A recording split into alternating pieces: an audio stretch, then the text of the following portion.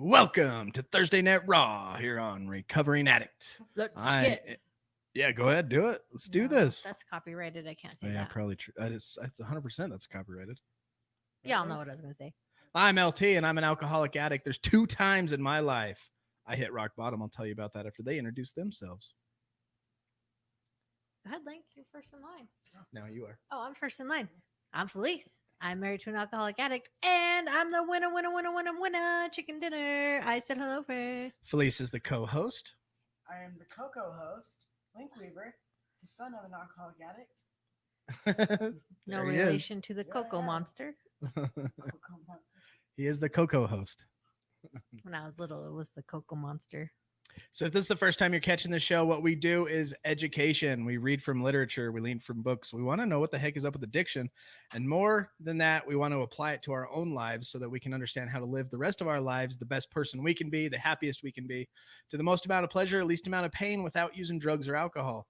Because eventually drugs or alcohol lead to nothing but the worst. And at the end, it can lead to death. And a lot of times it does. So what you can count on here is a show that's going to support you. There's a group that supports this channel that is here to support you as well. Join our private Facebook group, join our Discord, where you get 24-hour support.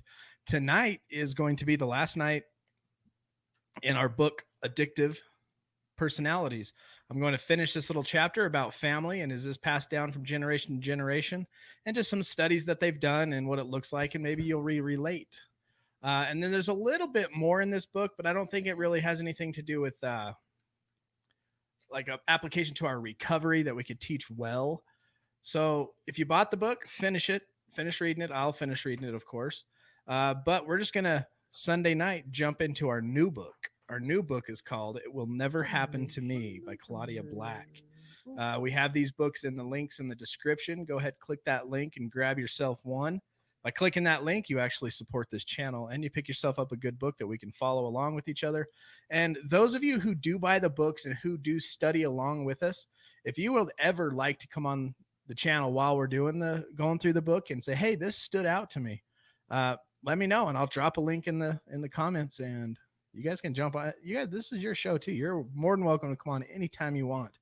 And with that, who memorized the 12 steps? Is anybody ready to say the 12 steps?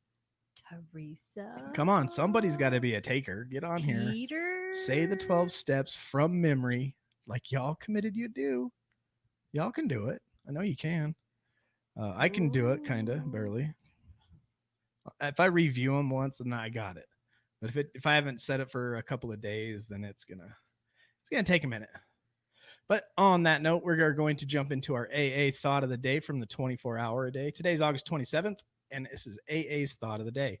We must be willing to make amends to all the people we have harmed. We must do the best we can to repair the damage done in the past. When we make amends, when we say I'm sorry, the person is sure at least to be impressed by our sincere desire to set right the wrong. Sometimes people we're making amends to admit their own faults, and so feuds of long standing melt away. Our most ruthless creditors will sometimes surprise us. In general, we must be willing to do the right thing, no matter what the consequence may be for us. Here's our question. Have I made a sincere effort to make amends to the people I have harmed? Anybody out there done step 4 stuff yet? And you don't have to be on step 4 to make an amends. If you're on step 1 and someone crosses your path that you remember and you have that pain about, just tell them you're sorry. Right before you start your steps. Yeah, it's okay. Yeah. And here's our meditation of the day. The grace of God cures disharmony and disorder in human relationships. Directly put your affairs with the confusion and their difficulties into God's hands. He begins to effect a cure of all the disharmony and disorder. You can believe that he will cause you no more pain in doing of that than a physician who knows how to cure would cause a patient, right? You can have faith that God will do all the necessary and painlessly as possible, but you must be willing to submit to his treatment, even if you cannot now see the meaning or the purpose of it. He's not out to hurt you. And here's our prayer of the day. I pray that I may willingly submit to whatever spiritual discipline is necessary. I pray that I may accept whatever it takes to live a better life. Amen. I got a All tickle right. in my nose. It's making my eye water. Linky, you want to say hi to everybody? What up, Aaron? All right, let's go start at the top. Wow, we'll go quick. Who's that? Sherry, what up? Then we got Sky. Hola, Amanda. What up, Merc? Sup, Des? What up, Felicia? We got a shout out. Let Felice read this. We got a shout out from Adrian to Libby. Hi, Olivia, Libby. I just wanted to let you know that I'm truly blessed to have met you. And I wish nothing but greatness for you and your endeavors leaving from here. I really am truly grateful for God bringing us to cross paths. You have no idea how much I appreciate you, bro. Like always looking out for me and helping me through my struggles and cravings and anger. Like you so much. Thank you so much for not just being someone I've met here, but becoming a sister. Red reads and rested, Missa. All right, thank you. Terry Barnes, how you doing? And Mr. Michael Teeter for president, what's up? Carmen, how's it going? Good to see you. Todd, how are you? How's everything? How's everything in that world? Joey, what's going on, brother? How's your recovery going? How's things? I know last time we talked, you had some things going on with the family, and how's everything going in your world, brother? Melissa, how are things? What is up? Marilyn, there's a great Marilyn. How you doing? That's my Misha. Misha. We love you. Prayers for Misha and her daughter. They're Yeah. at Shriners Hospital doing great 100%. things. So Thank you all for the Share Squad. The Share Squad, thank you very much. You never know who Hashtag. this may help. pound share squad. Jenny, you're right here. Prayers for Jenny. Yep, we're She's in praying for prayer you. corner. She's in the prayer corner. Candace, Hey, Candace. happy and sober. Shout out to All Mesa, right, Arizona. That's awesome. Aaron, what's up, sister? How you doing? Aaron, we love you. Got David. David hanging out. How you doing, brother? Are you new here?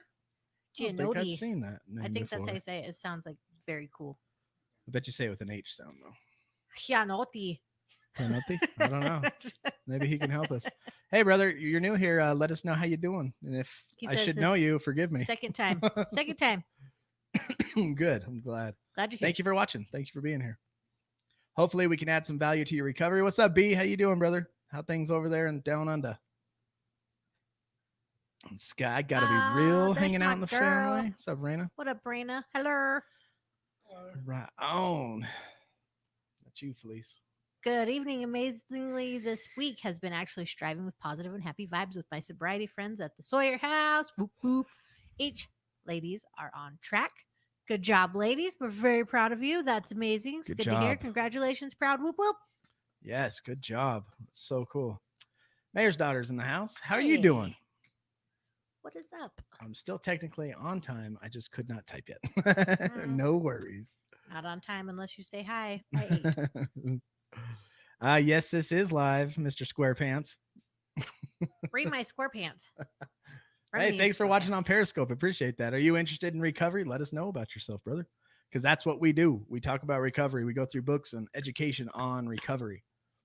Yep. Hey, Courtney. I don't think anybody asked a question for Discord today. Let me check. I'll keep saying hello, Cherie, Erlina, hello. John. And we got John V. What is up, my John friend? V in the house, looking sharp and handsome as ever. Alexis. Oh, we do have a question. Hey, Vic J. Well, I didn't want the thing to hear me. It'll go off. Oh, good. Glad you can share it out, Adrian. Miss Gishy. Gishy, Gishy. Right No question? on. Does maybe somebody have a question in the stream? Green Eyed Cat put a little thing in there. He asked a question. Oh, very cool. Tracy, hi. 6 years, David. What? 6 Gianotti. years? Dang. Gianotti. Pain management. A friend of mine, her cousin just OD'd because she got fibromyalgia and got addicted to pain pills. It was real sad. That stuff's scary. Hey, John. John Hovel John Hovel's in the house. with his beautiful Tracy. Okay, The I'm going to Hovels. drop a link in here. This is Thursday night, y'all. Just to let you know how I'm feeling right now Ooh. is I just don't feel like reading this book tonight. I'm tired. Oh man. Guest. Yeah, guest, somebody jump guest, on and say guest, hi or guest. something. I feel like Woo. changing it up tonight. I feel like chit-chatting, talking. This program is going amazing here at SOAR. Our combined efforts of reaching communities is just amazing. Being in group therapies with people four times a week, 3 nights a week, and every Saturday morning is just phenomenal for my recovery. I'm all around just amazing dudes. Right now, my health and my diet are on track. I'm exercising at least 5 times a week, sometimes 6.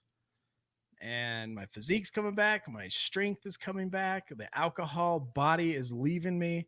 I'm telling you, if you guys can wrap your mind that recovery is mind, body, and soul, you got to figure out why your addictive thinking and personality is up here. You got to understand the way that you think. And that's why we go through these books. And then your body, if you give your car crappy fuel, it's going to run like crap. If you give your body good stuff, your healthy foods and exercise, it's going to benefit your mind. And then if you take care of your spiritual side of yourself, that just brings it all together. It's a trifecta of recovery.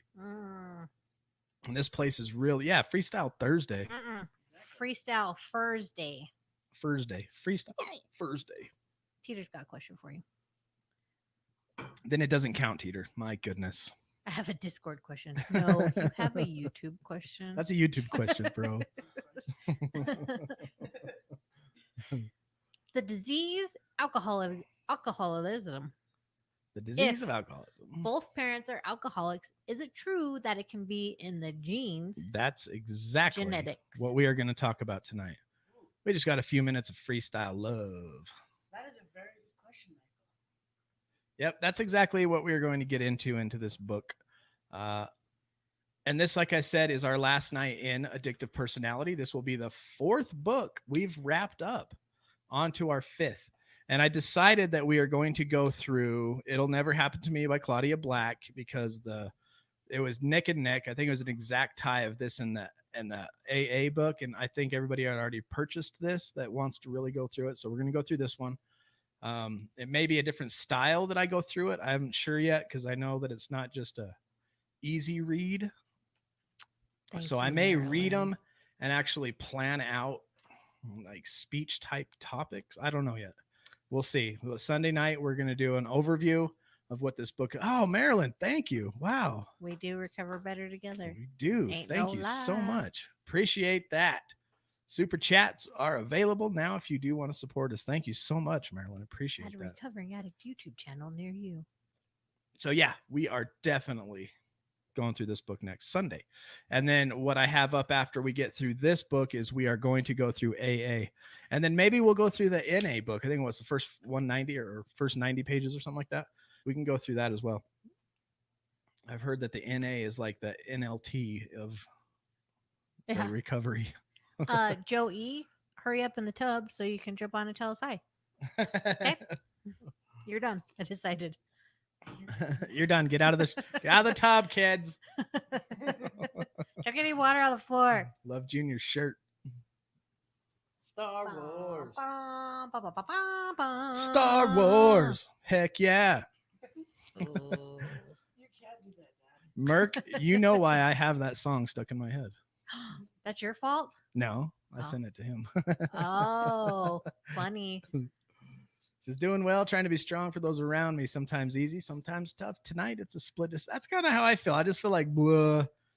Normally I'm up here and I try to be as fired up as I can, but I can't do it today. I've been editing videos all morning, really trying to figure out how I'm going to help SOAR impact their local community plus their digital community. And we got some awesome things coming. So I'm trying to post at least 3 great videos for them a week, plus their podcast, do this live every night. And plus I want to still try to pump out some 10-minute videos on my YouTube channel. Well, we'll see. I'm just going to take it one day at a time. My aunt told me to quit going so fast I might implode and lose control. So I better take the advice. You know what I'm saying? Mhm. Teeter ordered a big book. It can never happen to me, so they should be here by tomorrow night. Sweet. So Sunday night, you can plan on us going through that. Uh, it will be the opener for that. So let's get into our Discord question of the day.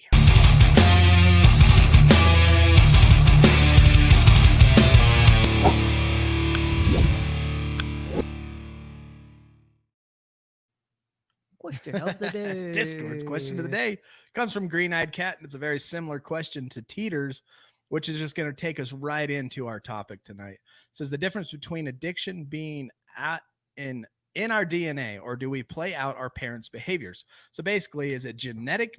Did I pass down a gene to Link that's going to give him a higher probability of being an alcoholic? Or was it my influence as a drunk father that's going to play into my son becoming an alcoholic, or my other two boys, or my daughter? And that's exactly what the topic is tonight. And Teeter, that goes right along with your question. This is part 4, the last night, so don't shed a tear. These books just go on the shelf and we can get them back out. No big deal. So family and addiction part 4 says, when I asked, so to answer the question on Discord and to answer Teeter's question, we're just going to comb through that the rest of the night. I would like to hear your comments. Please comment what your child, if you're an addict, an alcoholic, obviously you are, if you were here, what was your influence as a child? When I grew up, my dad, I never saw him drink. I think I saw him drink one beer. Did he enter recovery because he was sober from alcohol? No. But did I see him later turn into a pill popper? Did I see him have other types of addictions? Oh, big time, from bulimia to Adderall to just the way he lived his life, period. Never holding a job, all that stuff, right? And so that influenced me as, you know, a codependent, I guess you could say, maybe. But my uncles, 2 of my uncles were, and one of them still is, still drinks a little. And my other uncle they were both full-blown alcoholics. And some of you have met my Uncle Tim, the one in California who's jumped onto our Zoom meetings. He's sober. He's been sober for 10 years or so. But growing up, I watched them drink like crazy. And then I had a brother who's older than me. He's 9 years older. And I, you know, from a very young age, I remember being 4 or 5 years old, being around drinking and stuff with him. So I've been around it, my cousins. And so I was influenced by addictive behavior. Oh, Antwa, thank you, brother. Yes. Shout out. There's the flickering lights. So thank you. Flickered lights. Did you go to flick the lights? You were, huh? Link was about to go flick the lights for reals.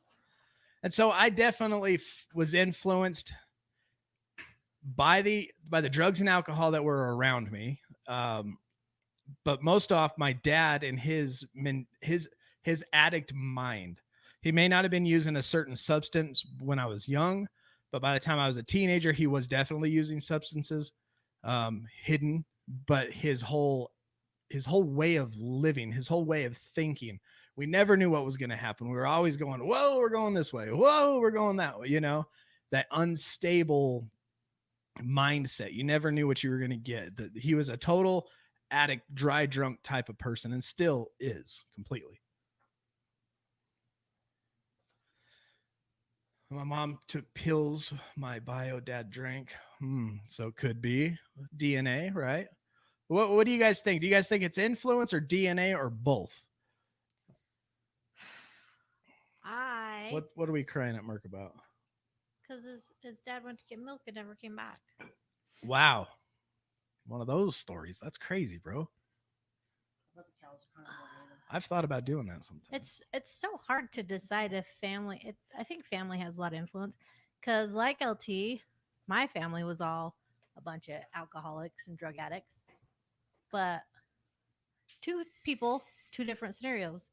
My brother, same lifestyle, older, grew up to be an alcoholic. I did not. Why?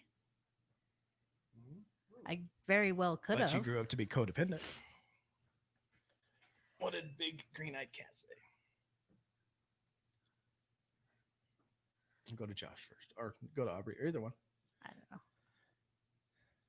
Josh says, I've saw my parents drink every night. They would go to work, their time there, and then come home and drink till they went to bed. I did the same thing for the longest time, then started drinking from the time I woke up till the time, me too, till he passed out. So, yes, I was influenced by them and my sister. She's an alcoholic. All of us kids are. Oh, wow. Huh. And then Aubrey. My father was brawling drunk, and my mother was an adulterer and was both. Wow. And then there's like Erin. I'm Her one of those parents. weirdos that were non-addict. Yeah. I don't know. John V says it's both. Says it's both. All right, well, let's get into this and see what this book has to teach us. I think, in my opinion, I think a lot of it has to do with attitude. Hey, you could take away the alcohol, but you still got the ism. That's right. Take away the alcohol, you still got the ism. So, when asked, do families cause people to become addicts? He says, I answer that. While much research has been conducted and many findings revealed on the issues, we still do not have the final answer on this question. What happened? Oh, yeah. Well, Nobody jumped on. I got sucked into recovery again. I like what John. Did you read John V's? I like what John Go V ahead. said. It says lineage will dictate some of that, but you can make a choice when you can control it. Realize that at some point you truly have to say in this onward and upward. Yeah. David, his parents are sober people. Wow. That's Crazy. why I feel like a lot of it is attitude. But let's do some books. Yeah. We're all in recovery now. Almost 10 months. Yes. 4. And my brother has 2 years. Sweet. All of you, the whole family. That's awesome, dude. Love it. Family recovery. That's what we're about. I'm one of those weirdos too, Aaron. My friend and I found our way to DNA regardless. My mom told me a story of when I was probably 4 or 3, young enough to talk. And, I was born in the 70s. So I was, the kid that didn't wear seatbelts, and my grandma smoked in the house. We still had everybody smoking. I remember Burger King. If you could go to Burger King, and they had little gold ashtrays on every table in Burger King that had the Burger King logo in it, so I was always around it. It was normal back then. And I remember my mom telling me a story. She said, when you were little, you told me when you grow up, you're going to drink and smoke. And I did. I guess I never hid it from anybody. That's funny. I've always been honest about it. I'm getting drunk, get over it. My mom done instilled the fear. I think my dad did too. That it was just scary for me. It was just too scary. All right. So some research. We don't know the exact answer, but they've done studies that can help us narrow it down. So there's a doctor at the Department of Psychiatry of Veteran Affairs Medical Center, University of California, San Diego. Geez, long enough title. Dang. They writes, alcoholism or alcohol dependence runs strongly in families. A genetic contribution to this family pattern of alcoholism is best supported by various studies, all of which demonstrate an increased risk. Alcohol-related problems in children of alcoholics. The doctor goes on to say that in some cases, children who are adopted, raised without knowledge of the alcohol problem of their biological parents, still had much higher rates of alcoholism. So adopted kids into a home that had no influence of alcohol, but their parents were alcoholics or addicts, had a higher risk rate due to the DNA, right? So while these facts suggest that a genetic link, they do not yet provide scientific proof. So there's stuff out there that's pointing to it, but there's still not that definite. Yep, there's the gene. This gene is alcoholism. This gene is addict, So before that proof can be made, innumerable roadblocks must be removed. First and foremost, we need to work with an appropriate definition of alcoholism. In many current studies, alcoholism has been divided into alcohol abuse, which is harmful use, such as having an automobile accident under the influence, and alcohol dependency. Alcohol dependency is chronic use. So we got alcohol abuse and alcohol dependency. So tracing genetic factors for these two definitions is problematic at best because alcohol abuse does not necessarily develop into alcohol dependence. You got kids that grow up, in their 20s up till 30, partying their guts out, but then just quit drinking and never go back to it. So, and they abuse it. Sometimes they get DUI, sometimes they crash their car, sometimes they break their legs. But it doesn't necessarily lead into alcohol dependency like a lot of us alcoholics in this room felt. And I was definitely. A lot of kids learn from their mistakes. True.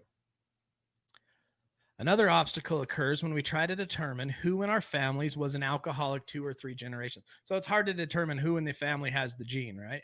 60 or 70 years ago, this is what's cool about what we're doing here. This kind of made me think of this today. 60 or 70 years ago is when this stuff really started to be labeled and to be seen as a problem, because a lot of times it was denied and a lot of times it was hidden away. But this whole coming out of the shell and recovery with me, Nicole, all the other channels you see, to the Rock, people that are exposing the stigma, breaking the stigma, this is all new stuff. And so to actually get a definite answer on that, we've only been studying it for like 60 to 70 years. So the definition of alcoholic, they were only just being clarified, and most alcoholics denied they even had a problem. And that was 60, 70 years ago. So still another barrier occurs. So that was another barrier. How do you define it? Another barrier is we've only been looking at it for this long. And then another barrier occurs when scientists try to pinpoint those specific genes that significantly increase one's risk of alcoholism. Is it one gene acting alone? Is it 10 genes? Is it 20? They don't know. The study of twins with alcoholic parents does not show 100% correlation. One twin may be an alcoholic while the other is not. Or neither twin may be alcoholic dependent, So what does this say about the influence? So that's the answer to the genes. It looks like it, but we got a lot of barriers to remove before we can have definite proof. So that's the end. Maybe, and it kind of looks that way, but we don't have definite proof. But influence. This doctor summarizes his findings in this way. He says, it's difficult to identify specific genes. Oh, so what does this say about the influence of genes? Sorry, let me back up. The doctor says it is difficult to identify specific genes directly linked to a predisposition toward a disorder. This is true even for relatively easy diagnosed neurological conditions where the mood of inheritance is clearly understood. And yet, the doctor goes on to say, statistically, the risk of alcoholism for children of alcoholics is approximately 3 to 4-fold higher than the risks of the general population, which translate to approximately 15% of the daughters and 33% of the sons of alcoholics end up becoming. So while the role of genes is difficult to prove scientifically, statistically, their roles seem obvious. A recent study reported in March of 96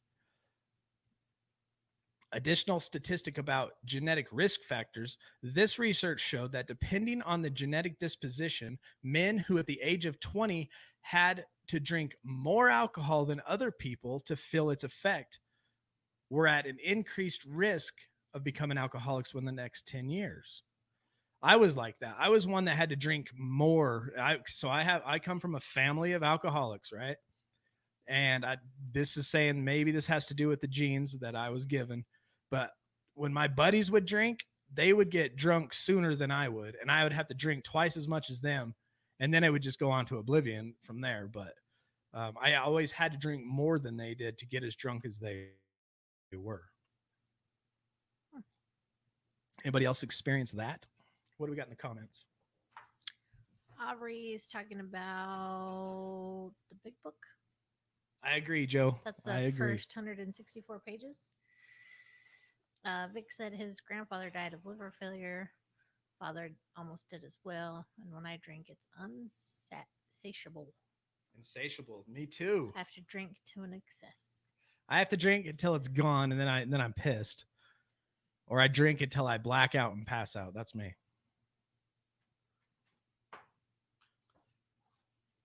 So for this study, researchers chose, listen to this cool study. They chose 456 subjects. They followed their drinking habits over a 10-year period. The men were selected so that about half had alcoholic fathers and the other half did not. So about 225 men, right? with alcoholics' fathers and 225 men without alcoholic fathers. They followed them for 10 years to check out their drinking. The sons of the alcoholics who had little reaction to alcohol had 60% chance of becoming alcoholics within a decade. The sons of alcoholics who had normal reactions had a 42% chance of becoming alcoholics. You out of here? I think you love you. I got you your own microphone and you're leaving? Could be big.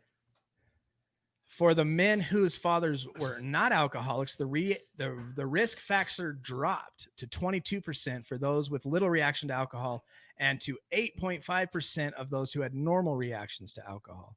So that's crazy. 60% of the people that had a high tolerance for alcohol with alcoholic fathers became alcoholics. 42% who had a normal tolerance to alcohol with alcoholics fathers became alcoholics. Now, for the dudes that did not have alcoholics fathers, 22% of those guys that had higher tolerance for alcohol became alcoholics. And then the ones who got drunk like normal people, 8.5%. So that study shows the alcoholics children more of them became children than the others. So what does this mean? He says, once again, the statistics suggest that children of alcoholics are at a greater risk of becoming alcoholics themselves, and their tolerance level also is a risk factor. Greater tolerance to alcohol at the age of 20 seems to increase the risk of becoming an alcoholic within the next 10 years. Wow. That makes sense because I was super lightweight, like one beer, and I'm like, I need to go to bed.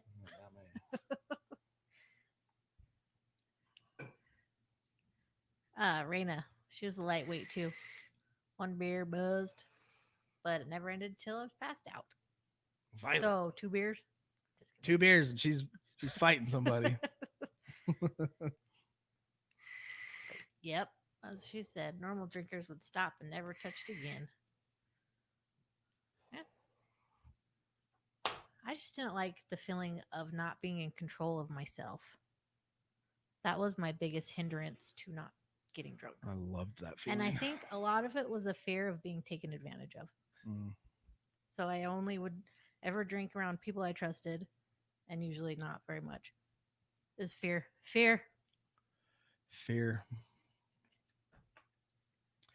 All right, this new research and ongoing genetic studies help us show us who is likely to be at risk. They help us understand that there are certain factors and family types that may push a person toward addiction. And here's how the analogy can be drawn. It can be drawn within the environment and its pollutants. And these factors can make a person more susceptible to disease. If you live in an area with extremely high levels of pollution in the air, you are vulnerable to respiratory problems, whether due to genetic predisposition or other reasons.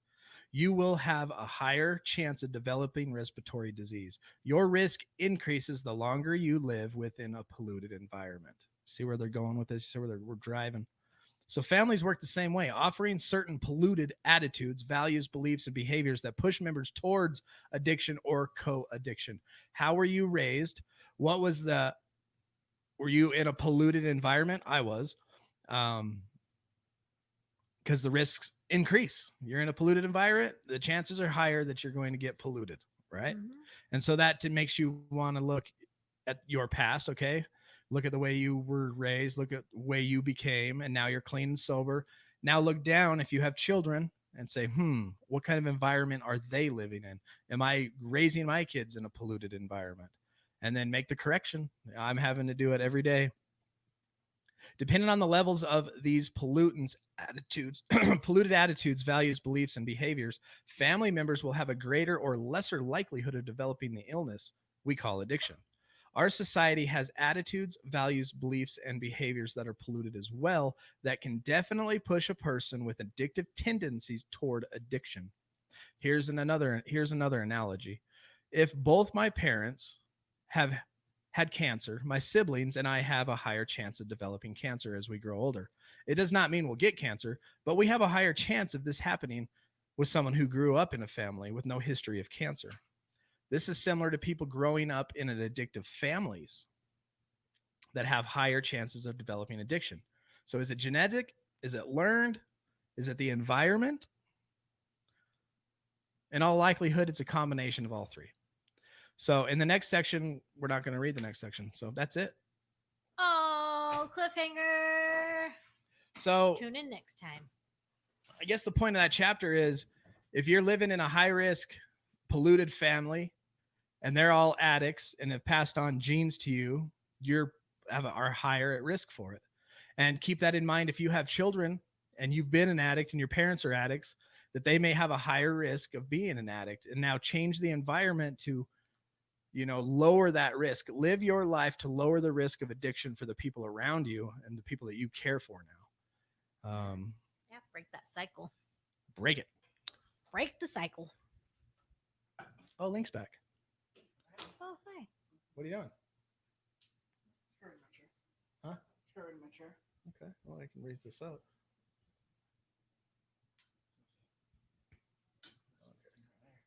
Okay. All right. Well, what do you got for us, Linky? I got. Yeah. We got you a microphone. Start talking. Oh, not. Yeah, Linky's gonna look us up a joke. Go ahead. What you got with the quotes, comments? I was just gonna be like, bye, Josh. Have a good. Hey, Have a good good night, brother. dinner. Thanks for being here. Aubrey says that's why I did not want any children. 50-50 chance. That makes me worried about my two boys that are in a different environment now. I don't have a chance to correct anything really yet until they come back. If they come back, whatever, this kind of sucks. Yeah, they'll be back. My childhood and addiction is why I try so very hard to give my children a more loving and understanding home life. That's great. That's good. Okay. I feel like my mom did the same thing because her dad died of alcoholism. Her brothers were all alcoholics. I think she did a good job of creating a good environment. Yeah, I think your mom had that definitely on her mind. Go ahead, like. What did And the my dad. shark say when he ate a clownfish? This tastes a little funny. This tastes a little funny. And y'all know what time it is.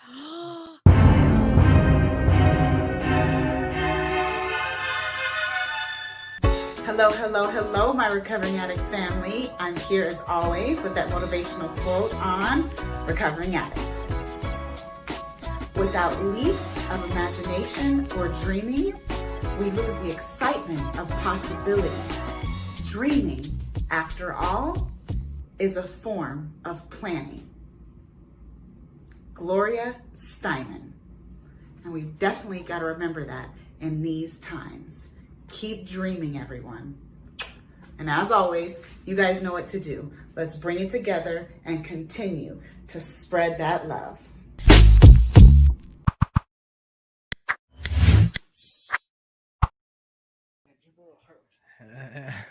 Oh, yeah, good. Dang it. There's big. Hey, home. Jacqueline, glad you're here.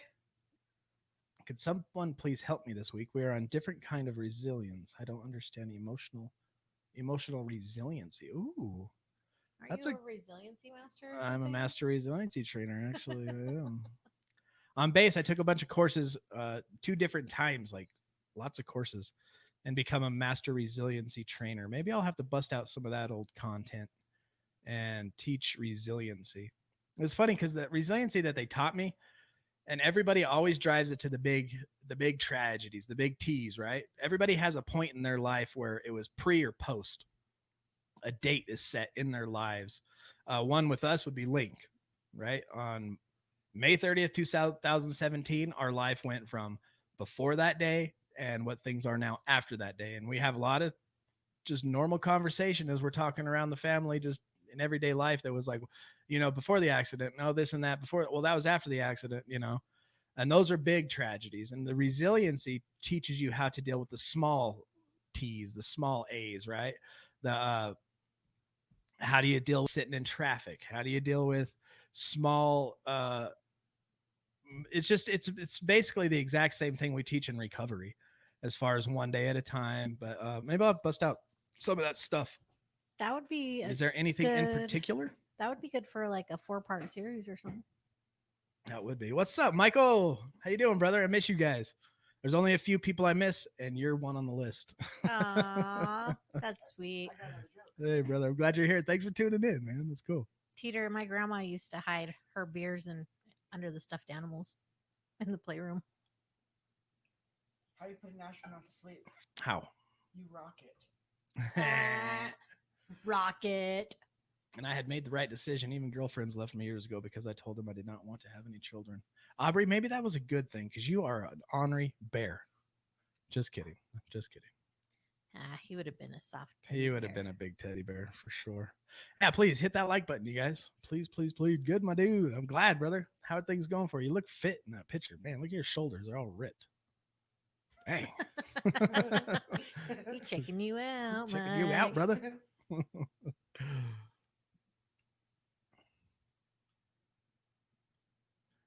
Yeah, resiliency. Resiliency means strength. And when something is resilient and strong. Maybe we'll do that. I'll bust into some of that old stuff that I haven't looked at for a while. And they're actually PowerPoint presentations that I would teach to a classroom of people. I would teach new airmen that showed up on base. I would teach one time. It was funny. I was just this, what was I, GS-11 at the time? And I had to teach all these second lines how to be resilient and how to balance their lives. They're all looking at me like, who is this kid? So this old picture. He's got the COVID now. COVID weight. Oh, really? No, I don't know. He just Oh. says the old picture. You got COVID chunk on you, bud? Well, quarantine. Kush. That's funny. I got another joke. Oh, man. Well, y'all know I ain't feeling it tonight. So you're going to have to carry me through the rest of this channel or the rest of this stream. He keeps a close eye on his babies, even though they are in their 30s. I hate to have them go what I have. Yeah, me too, man. I don't want my kids to experience that. I want to teach my kids recovery right now. How to deal with situations the right way. Yeah, Instead of- basically how to take responsibility for your actions and tell people you're sorry. And talk about your feelings and not bottle them up. And do the next right thing. I love that motto in life. I've been hearing that a lot lately since I got here. I don't know why I didn't hear that before. Taco Tuesday. Oh yeah. Were you there? I couldn't tell because everybody's faces were covered. Did you make it to Taco Tuesday, Did you bro? get some? Or pre-order? You want wings? We did Taco Tuesday at work. We started it back up after the COVID, and it went pretty good. We had to follow the COVID rules, but we made like $790 in taco sales. They're pretty good. Wow. You ready for a funny joke? Let's hear this funny joke, Linky. What do you call a fat psychic?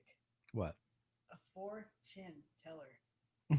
Fortune teller. A fortune teller. Fortune. That's a good one.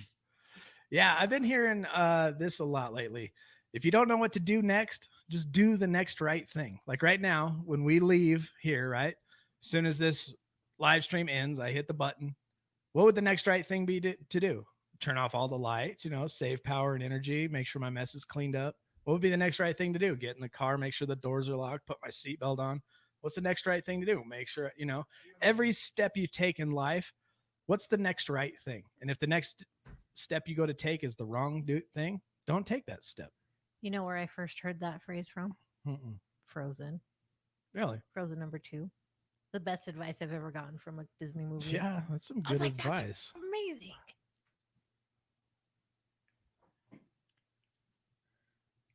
Ooh, hopefully they don't, Sheree. We actually had shirts. What did our shirt say? Taco Crew? Yeah. And then I was going to order some way cool ones, but the COVID hit. Ask, it is given. It's life changing. The law About the of law of attraction. I'll have to look into that one. Let me write that down. Sounds like some Oprah stuff. Ask and it is given. Next right thing to do is steal tacos from Safeway. Is it?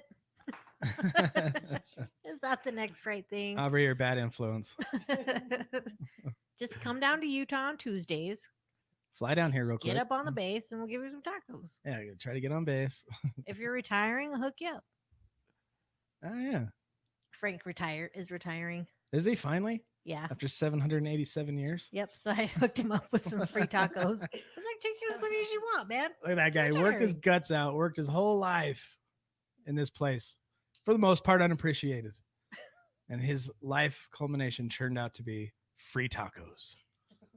And he gets a cake and stuff. Totally worth Kinda. it. Totally worth it. That's funny. You didn't say not, did you? Oh, I read into it. Next right thing to do is not steal tacos from Safeway. Oh, good job. Oh, looks like they just threw everything together. That's what it's supposed to look like. That's what it's supposed to look like, Peter. You shake up your bag and throw it in the cell. Like, where do you go? It's just a mess on a tortilla. How about we take our inventory real quick? It's Thursday. I'm not going to see y'all till Sunday. I want to know how you guys have been doing. How's your impatience been? Impatience is lacking patience, annoyance because of delay, opposition, restlessness, eagerness to go somewhere or do something. You are so important that you have to be first and hurry. The guy in front of you in the car needs to get out of the way. How is your impatience? Did you flip it into the character asset of patience? What about procrastinations? Did you guys put anything off that should have been done today? Did you turn it into promptness? How is laziness? How were you lazy today? Was there stuff you could have been doing and you just said no? But don't get it confused with actually being tired and needing to rest. Sometimes you do. What about criticizing? This is a big one. I think everybody in the whole world needs to work on this one. Criticizing, to focus on people or things for the purpose of devaluing them or building yourself up. Did you gossip? Did you talk behind people's back? Did you talk crap about people to get everybody out, but you wouldn't say it in front of them? Or did you turn your criticizing into non-judgmental? And did you even go one step further than that maybe? And somebody came to you with some gossip and criticism and you said, hey, no, thanks. I'm not going to participate in those conversations. What about false pride? Any false pride? Any pride that is in self, that's dishonest, not based on truth or an honest appraisal of self? Did you turn that into humility? Have you guys been humble in your walk in recovery? What about self-condemnation? Blaming yourself inaccurately or putting yourself down. We talked about self-condemnation the other day when we were talking about guilt and shame. Guilt, you can say you're sorry and do something about, but shame, that's when you think you're made up of something not right. Self-condemnation, inaccurate. Self-importance. Are you so important that nobody else matters? The world revolves only around you. Having or giving an exaggerated opinion of your importance. Or have you been modest? How's your modesty? What about dishonesty? How many lies did you tell today? Did somebody come up and say, hey, how you doing? And you went, good. When in reality you weren't. That's dishonest. Did you exaggerate anything today? Or did you turn that into a character asset of honesty? What about insincerity? Did you have a conversation with somebody half-heartedly and not give them your full attention? What about self-justification? Did you justify any of the above actions? Did you have to make excuses for your negative thoughts, your feelings and behaviors, or needlessly explaining yourself? How about self-pity? Distorted thoughts that you're being treated unfair. What about jealousy? Did you turn your jealousy into trust? How about envy? Wanting or coveting something or some advantage belonging to another. Did you turn your envy into gratitude? How many of you practice gratitude today? If not, think of something really quick. Ready? 1, 2, 3 that you're grateful for. Leonard. What?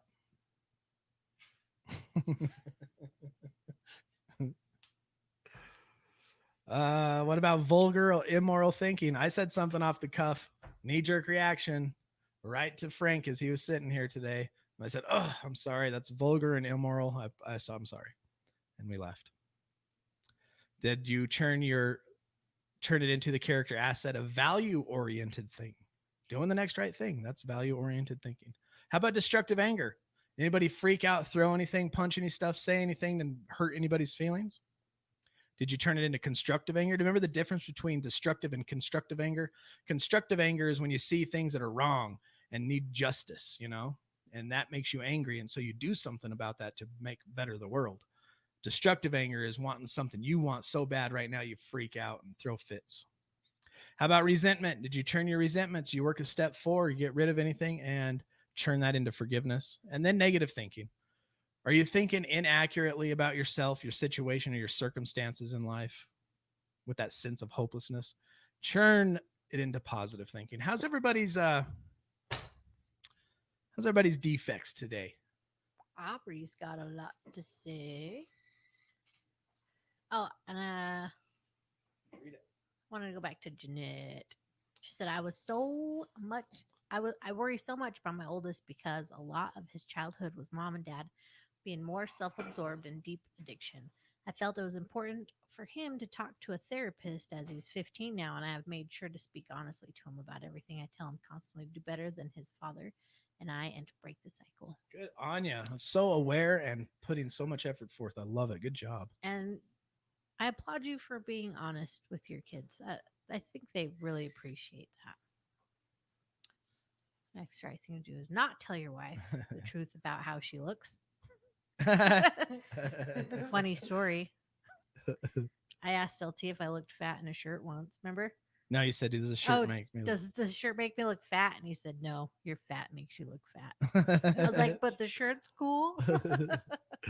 There's Jonathan Moulton. What's going on, brother? Hey, I'm to the rock. Love that, dude. Glad you're here. Mom, speaking of what Dad told you. Thank you. Speaking of what Dad told you, say this to your wife. Beautiful girls make me feel nervous. That's why I'm so confident around you.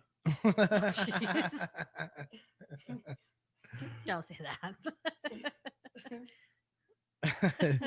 The other night, it was Tuesday night. I was doing good. My character assets were through the roof. I was doing awesome. We left here. We drove separate that day. I'm in the truck with my daughter. I hit like every red light on the way home. By the fifth or sixth one, I lost it. Mother, what the? I was wondering if you were going to get mad. I did. I was like, we were singing, and I was like thinking to myself, I wonder if he's mad yet. Oh, yeah. I was like, we hit every one. Oh, you're welcome. Thanks for being here. And knowing that that we can help inspire you and know that you are inspiring us too. It's both way. Because I'm going to be thinking that way towards my children too.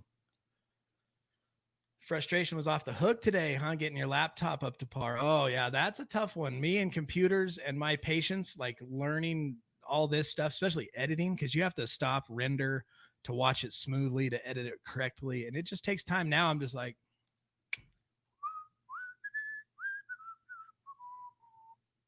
yeah, just be grateful that we're not in the dial-up days. Yeah, I wouldn't do it. Red lights. Yes. Especially red lights that are just spaced far enough apart to get doing 45, 50 miles an hour. I hate those ones. Then your heart rate goes that fast because you're so angry. That would have been funny. LT sent me a text once and he meant to use the F word, but it said ducking.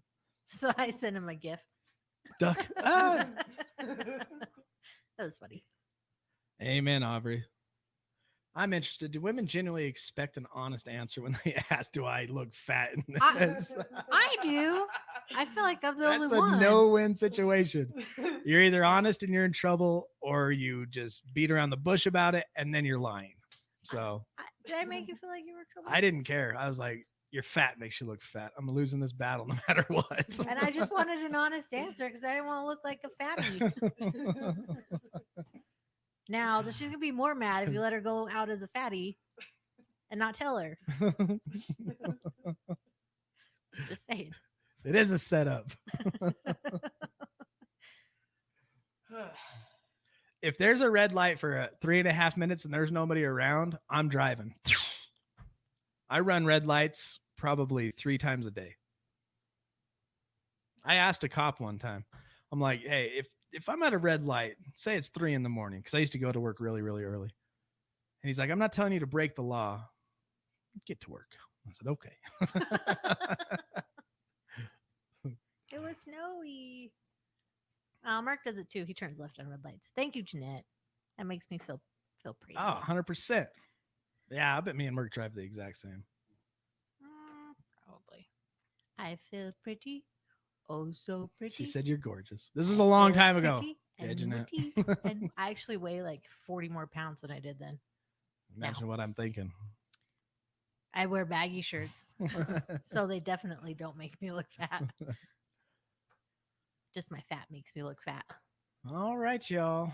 Millie's in the room behind us sleeping, so we're gonna say our serenity Yeah, prayer. the kid started school. She wore out. No, she's out now. Oh, awesome. First year junior high. But yeah, I know that feeling, bro. That's Aubrey, this is my life in a nutshell. I never got away with anything driving. That's why I don't get in trouble. Where the heck did he anymore. come from? I get away with a lot of scary stuff driving. I think that's helped me in life. Just I'm like, I'm not gonna get caught. Better not do anything bad. All right. Wishing you the best, Des. John, waiting on you. Copy paste. There Boom. it is. Sweet. That was quick. Who are we not? Who are we not? God, God, grant me the serenity to to accept the things I cannot change, the courage to change the things I can, and the wisdom to know the difference. Amen. Anything else? No? Sure. 100%. Positive. Okay. Encouraging Caleb. What does that say, Linky? We recover better together by staying safe, staying strong, and staying sober. You are worth it. Good night. I love you all. You are worth it, and you're beautiful, and you're strong, and you're amazing, and you guys are all amazing people. Thank you, B. We agree. Amen, y'all. All right, Sunday night, new book coming. We will be doing the intro to It'll Never Happen to Me by Claudia Black. You got a couple days to get that ordered. Amazon Prime, you can get it there by Sunday morning for sure. So shizzle. until Sunday, you guys, do not put yourself in a high-risk situation. Stay strong, work your program, and remember, we recover better together.